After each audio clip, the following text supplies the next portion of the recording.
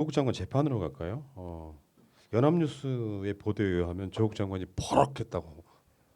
근데 그 재판 과정을 보면은 검찰의 억지예요, 억지. 음, 그러니까 왜 당신은 그랬어요? 근데 말 듣기가 황당하거든. 음. 왜 그렇게 의도적으로 뭐 혼동하십니까? 이런 식으로 조국 장관이. 그러니까 지금 굉장히 세진 거라고 봐요. 예전에 조국이 아니고 재판에 갔을 때 말도 안 되는 억지 부리는 검사를 향해서 조국 장관이 버럭했다기보다는 화를 낸 거죠. 억지 부리는 건 너다 이런 거잖아요. 음. 그러니까 지금 검사가 검찰에서 지금 물고 늘어주고 있는 건 그 민정수석 당시의 정무적 판단을 너 왜 그렇게 판단했니? 우리 마음에 안 든다거든요. 그러니까 뭐 갖가지 법률을 갖다 붙여가지고 무슨 뭐 혐의를 씌우고 있지만 결국에는 이 민정수석이 정무적 판단으로 다 결정을 하고 업무 처리를 했던 거예요. 이게 그 밑에 팀원들한테 지시를 하고. 근데 정무적 판단 자체에 대해서 이유를 묻기 시작하면 어떻게 대답합니까? 그러니까 조국 장관의 어떤 기본 그 내용을 요약하면 그 당시에 나의 판단으로 그 빠르게 일을 처리할 그 필요가 있어가지고 지시를 하고 판단을 한 건데 그거 자체에 대해서 문제 삼기 시작하면 아무도 어떤 일도 할 수가 없다. 음. 근데 이걸 왜 법적으로 문제를 삼느냐?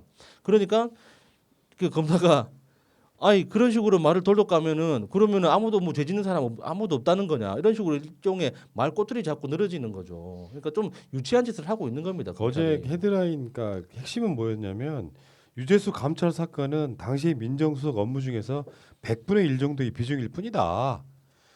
그러니까 그거 있잖아요. 그거 사건만 들여다보면은 청와대 민정수석실이 그 사건만 한 것 같지만 그렇죠. 여러 개 사건 중에 하나였다. 그러니까 검사 놈이 이럽니다.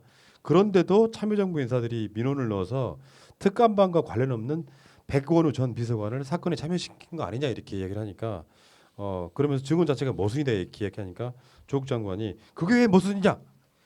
왜 그렇게 의도적으로 홍동하는 거냐 이렇게 버럭했다는 부분이 하이라이트처럼 보여지지만 사실은 조국 장관에 대해서 걸려고 여러 가지 건수를 통했지만 사실 이 사건 자체 재판이 말이 안 되는 사건입니다. 어떤 판단에 의해서 수사권도 없는 민정수석실이 유재수 감찰에 대해서 이 정도면 금감원에다가 통보하는 쪽으로 끝내자라고 하는 건 판단이잖아요. 예. 근데 지금 계속해서 조국 장관이 친문 친노들 봐줬다 이런 식의 논리를 만들고 싶어하는 거거든요. 근데 번번이 지금 재판마다 깨지고 있는 거라서 조국 장관이 버럭한 이유는 알 것 같아요. 바빠 죽겠는데 씨. 재판하게 그렇죠. 만든다 이런 거 아니에요? 따박따박 고발할 게 얼마나 많은데 네. 지금 이런 거 가지고 할 시간이 있습니까? 뭐 유재수를 이제 구명하자고 하는 분위기가 있었다. 거기에 대해서 알고 있었느냐. 그래서 그 이야기를 구명운동이 나한테 들어온 게 아니라 그것이 있다는 이야기를 듣고 조사해보게 한 거다 정도로 음. 보면은 이게 건수를 만들려고 하면요. 세상살이라는 게 그래서 검찰 개혁이 필요하다고 저는 느끼는 거거든요. 이 사람을 죄인을 만들고 싶어요. 그러면 온갖 연관성을 들이밀어 가지고 네가 유재수를 봐준 거잖아. 음. 이런 식으로 만들고 싶어 하는데 조국 장관은 반대로 말하면 규정을 너무 잘 지켜버렸어요. 전혀 죄가 될 수 없는 사건이야 이게. 그 재판장에 나가는 게 조국 장관 3일 날 나가고 정경심 교수 1심 결 마지막에 이 정경심 교수가 지금 자기 입장을 밝히는 게 5일 날이고 6일 날은 김경수 지사 재판 결심 공판이 있고 뭐 이렇거든요. 제가 이번 주 초에도 말씀을 드렸지만 이번 주는 그런 재판들이 되게 많을 거다. 근데 우리가 재판 보면 그렇잖아요. 저딴 걸로 재판을 해야 돼 싶은 거잖아요. 그러니까 그 검찰에서 수사를 받고 무혐의 결과가 나왔는데 어느 순간 극단적인 선택으로 이제 생을 달리한 그런 케이스가 지금 정확하게 기억은 안 나지만 그런 사건들이 종종 있었잖아요. 그러니까 그런 사람들이 왜 그런 선택을 하게 되냐면 검찰이 수사하는 방법에 따라서 이 사회생활, 그러니까 이 세상에 존재함에도 불구하고 지워버릴 수가 있습니다.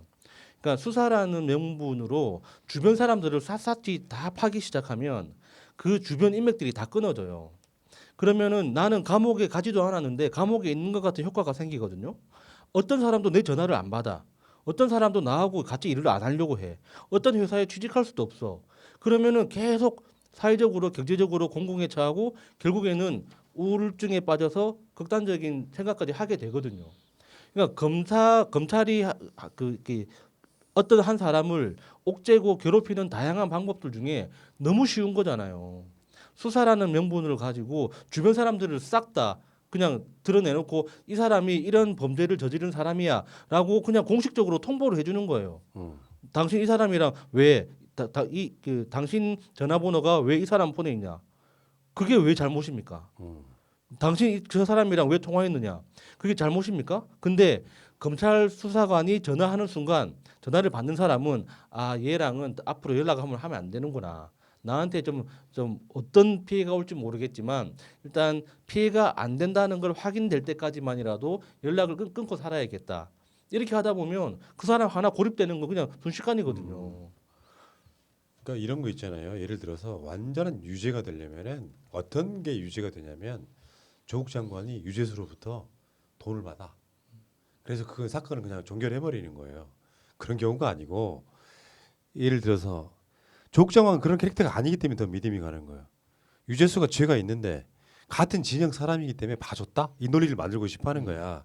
근데 그게 자기 직무 범위 내에서 뭔가 감찰을 종료하는 상황들이라는 게 조국 장관 이야기처럼 내 업무 중에 100분의 1도 안 되는 건을 가지고 거기에 대해서 뭐 금융감독원으로 유재수 관련한 거는 이첩하고 이렇게 정상적인 행위에 대한 결정을 내가 내린 거고 그 자체가 나의 권한인데 정상적으로 조국이 얻는 이득이 하나도 없는 상태에서 이것을 유죄를 입증한다는 것 자체가 사실상 불가능합니다. 그러니까 조국이라고 하는 이름을 갖고 뭔가 나쁜 놈 만들기 이미지에 올인했던 거지 이걸 어떻게 유죄를 만들어요? 그러니까 지금 검찰이 자기 식구 감싸는 것은 검찰 내부에서는 열심히 하고 딱 이런 법원에서 재판 같은 데 나와서는 똑같은 일을 가지고 이런 식으로 조국은 막 왜요? 공격을 하는 거예요. 어. 죄송합니다. 엄마한테 지금 빨리 가고 싶어서 네, 참. 빨리 가야겠네요. 딴 생각하지 마요 지금. 어? 그러니까 한동훈, 진동균 같이 맨날 이렇게 봐준 사람은 봐주고 음. 엄한데 와가지고 지금 이런 짓 하고 있는 게 매번 재판을 할 때마다 똑같은 이야기로 똑같이 비난을 받을 수밖에 없습니다. 이런 거는. 그러니까요. 그러니까 검찰이 이런 거라니까. 윤석열이 옵티머스 사건 관련해서 중앙지검장을 있을 때 얘들 논리라고 하면 당신이 봐준 거잖아. 이게 명백하게 지금 어마어마한 사건인데 당신은 지금 왜 옵티머스를 무혐의 전결했어? 라고 물을 수도 있는 사건이잖아요. 똑같은 거라고. 이건 유죄 입증이 난 사실상 불가능하다고 봐요. 정규 범위 내에서 조국이 얻는 이득 자체가 하나도 없는데 내가 정무적으로 판단할 수밖에 없는 수사권도 없는 상태에 감찰이 주 업무인 사람들이 이걸 갖고 무슨 뭐 어떤 이득도 없는 상태에서 이거를 내가 판단했을 때 이거는 이게 사건 종료하고 저쪽으로 지금까지 조사한 내용을 보내서 그쪽에서 처리하게 만드는 것이 네. 정상적으로 맞는 거죠. 그러니까 그 검찰은 너 왜 일을 제대로 했니? 기분 나빠 이런 거예요. 말 자체가 안 되는 거잖아요. 예. 맞아요. 네. 근데 이 사건이 이 조국 전 장관과 정경심 교수 이 사건이 아닌데 사건으로 자꾸 만들잖아요. 이게 한 10년 전만 해도 근데 뭔가 만들었을 수 있다고 생각이 되는 게 그때는 진짜 뭐 아니 땐 굴뚝에 연기 나냐 하면서 검찰이 계속 사건을 만들었잖아요. 이 검찰 개혁 어젠다가 노무현 대통령께서 그렇게 바랬던 것이고 이 검경 수사권 조정과 이 공수처 문제도 뭐 김대중 대통령 때부터 계속 얘기가 나오던 건데 이제 와가지고 되는 거잖아요. 근데 그동안 이 시민 의식이 얼마나 이게 높아지고 또 이거에 대한 의식이 높아졌는지 생각을 하면은 많은 분들이 지금 검찰이 이렇게 왜 맨날 똑같냐 이렇게 얘기를 하셔도 시민들이 바뀌었기 때문에 이제는 진짜 뭔가 변화를 이끌어낼 수 있지 않을까 생각이 많이 듭니다. 예. 저딴 걸로 재판한다는 게 난 더 웃긴 거죠. 네. 저딴 걸로 재판한다는 게 예를 들어서 우병우 같은 경우에 그런 재판들이 있었잖아요. 그 사건을 덮어버리고 뭐 이런 어떤 과정들 속에 적극적으로 개입해가지고 불리한 사건을 아예 삭제하는 방식으로 가는 차원이 아니라 정상적인 과정을 거쳐서 마무리까지 깨끗이 했단 말이에요. 이거를 지금 조국 장관이 자기 직위를 이용해 가지고 봐줘버렸다, 무마해줬다 이렇게 만들고 싶어하는 정말 웃긴 거고 저는 제가 봤을 때 이 건들 자체 이 건이 사실상 무죄에 가깝다고 일단 보면은 지금 조국 장관 재판 안 하고 있는 거 있거든요. 조국 장관도 입시 비리 등으로 지금 기소가 됐어요. 근데 그 조국 장관의 입시 비리 건은 정경심 교수하고 똑같은 제목이에요. 음. 그래서 검찰이 지금 조국 장관의 입시 비리건도 빨리 재판 진행하자고 막 이야기하는 부분이 계속해서 그런 것들을 꺼내가지고 공개적으로 망신 주겠다라는 의도 같으니까 조국 장관이 재판정에서 검사 새끼한테 뭐라 안 할 수 있냐? 그러니까 그게 언론을 컨트롤할 수 있기 때문에 이런 말도 안 되는 재판을 한다고 생각을 하거든요. 예를 들면 그 유재수 감찰권도 우리가 계속해서 이거 말도 안 되는 재판이다라고 이야기하지만 언론에서 받아주는 이 유재수 재판에 대해서는 일반인들에게 다른 생각을 할 수 있게끔 충분한 여지를 주기 때문에 그렇기 때문에 윤석열은 조선일보 사주도 만나고 중앙일보 사주도 만나면서 뭐라고 너네 왜 재판이 걸려 있는 당사자를 만나냐라고 이야기했을 때 내가 만날 수도 있는 거지 뭐 이런 식으로 나오는 뻔뻔하게 나오는 거예요.